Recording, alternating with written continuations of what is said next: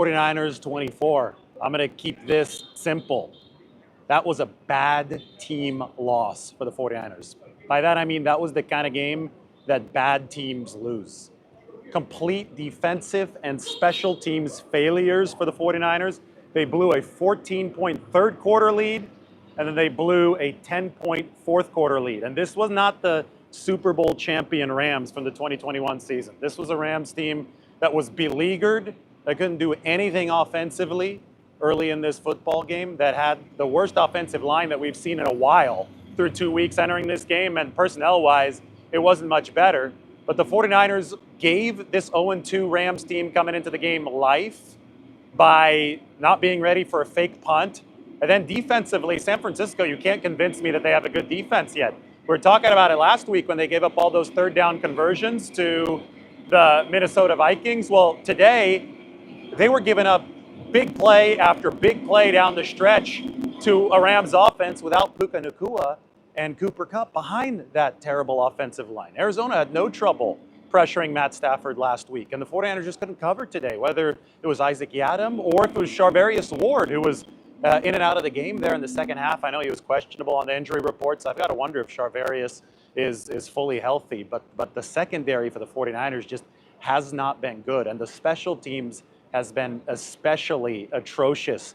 Not just the fake punt that you gave the Rams life early in this game, but also the punt return that set the Rams up for the game-winning field goal from the rookie Josh Carty out of Stanford there at the end. When the 49ers absolutely had to have decent punt coverage, they just didn't deliver it. So basically right now you have Brock Purdy and Jauan Jennings, who 11 catches, 175 yards. Jauan Jennings became the first 49ers receiver since Jerry Rice in 1995 to go for more than 10 receptions, more than 150 yards, and at least 3 touchdowns. So they just wasted a historic performance from Jauan Jennings and an awesome performance from Brock Purdy. You never want to hear that Brock Purdy can't get it done without weapons or whatever again, because he absolutely was getting it done.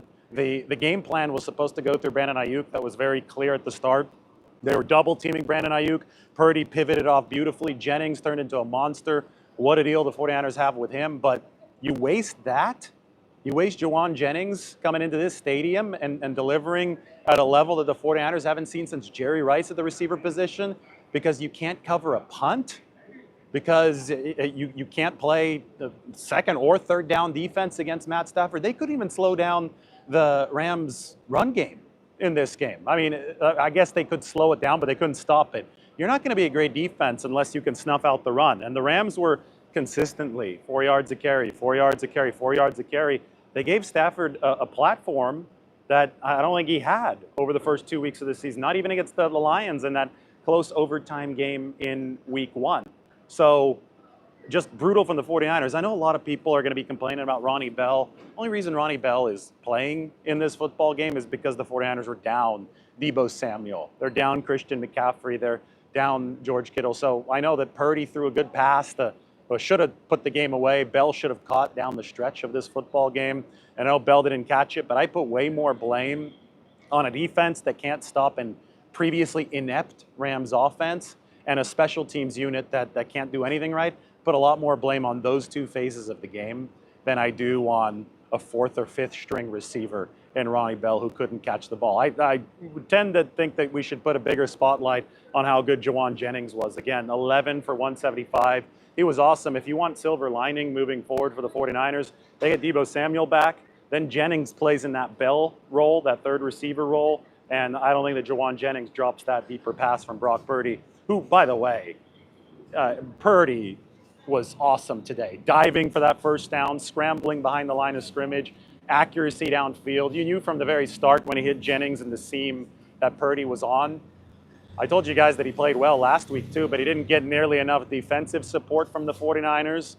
Didn't get nearly enough special team support. Now it's happened for 2 straight weeks, which is, I mean, the 49ers are in danger of being a bad football team just because you have to show the ability to play complementary football. I get that it's early in the season, but what we do know is that Brock Purdy is going to be good.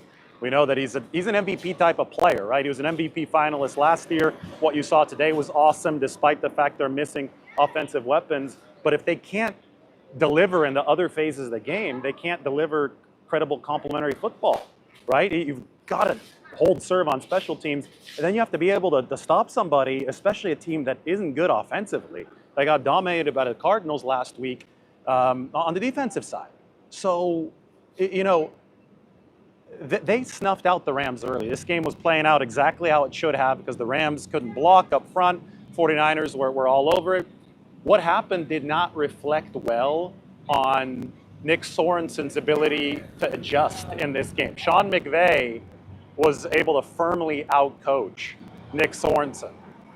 Anytime that you see a game where a team can't do anything and then all of a sudden they get a spark, that was the fake punt, and then they do a lot, well, that doesn't reflect well on the team who loses, the team who slips. That doesn't reflect well on their adjustments in this football game. So 49ers need to go back to the drawing board defensively. The third down pass rush needs to be better, but I just don't think the coverage alignments seem great. I mean, there was a play that late. It was the triple pass interference play, or the triple penalty play, I should say. I think Jair Brown picked up the pass interference. There are 3 flags, all against the 49ers. It was on the game-winning drive, and at that point, you just throw your hands up. His defense is not getting the job done. I know Stafford was picking on Isaac Yiadom a lot early in this football game, even late in this football game. I know he was picking on Devondre Campbell, Kyron Williams on the Texas route out of the backfield. I know that Campbell looks like it's somebody the 49ers are trying to phase out with D. Winters getting a few snaps, but then he hurt his ankle in this game. So they obviously want Dre Greenlaw back. You can't count on that to happen anytime soon, though.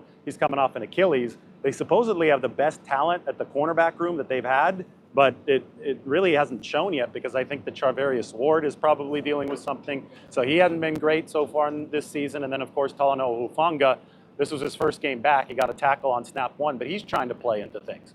49ers, bottom line, you need balance.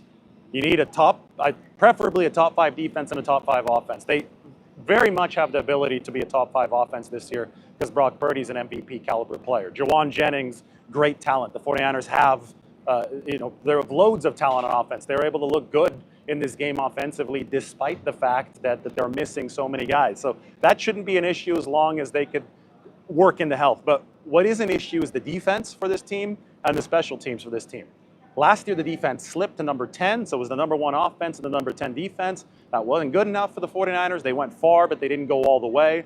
This year, they need to get that defense back up within the top 10, and the early returns on that front have not been promising, neither on the special teams. So a lot to fix for this team with New England coming up next week. I'm going to be leaving SoFi here in a little bit. First to the locker room, though, at SoFi Stadium. So I'll talk to you guys in a little bit. Rams 27, 49ers 24.